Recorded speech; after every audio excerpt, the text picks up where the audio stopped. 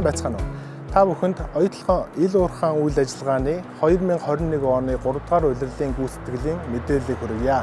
За 2021 оны уурхайн олборлох материалын үндсэн их үүсвэр нь үе шат 4B хэсэг тул энэ хэсгийн олборлолт голлон анхаарч улмаар олборлолтыг дээд хэмжээнд нь хүргэхийг зорин ажиллаж байна. За 3 дугаар улирлын хувьд ил уурхайд тээвэрлсэн нийт материалын хэмжээ 29.5 сая тоннд хүрсэн.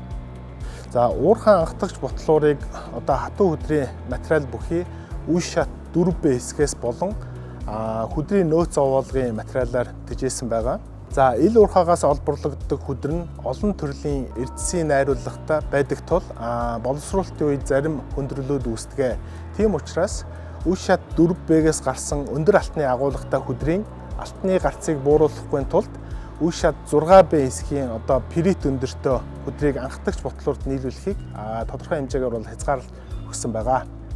Хөдрийн хаягдал хадгалах байгууламжийн хувьд 2021 оны барилгын ажлын төлөвлөгөөг шинээр оновчилсан дизайнаар ашиглан бага материалаар 3 дугаар улиралдаа багтаан дуусгасан. За мөн түүнчлэн 2023 оноос ашиглагдаж эхлэх хөдрийн хаягдал хадгалах 2 дугаар байгууламжийн суурин бэлтгэл ажлын төсөв батлагдсан барилгын ажлаа эхлүүлээд байна. COVID-19 цар тахлын тохиолдлын хэмжээ манай улсад эрс нэмэгдсэнтэй холбоотойгоор 20 цэрийн дэглэмээс шалтгаалж хүн хүчний дутагдaltaй байдал 3 дугаар улиралдаа үргэлжилсэн хэвээр байсан.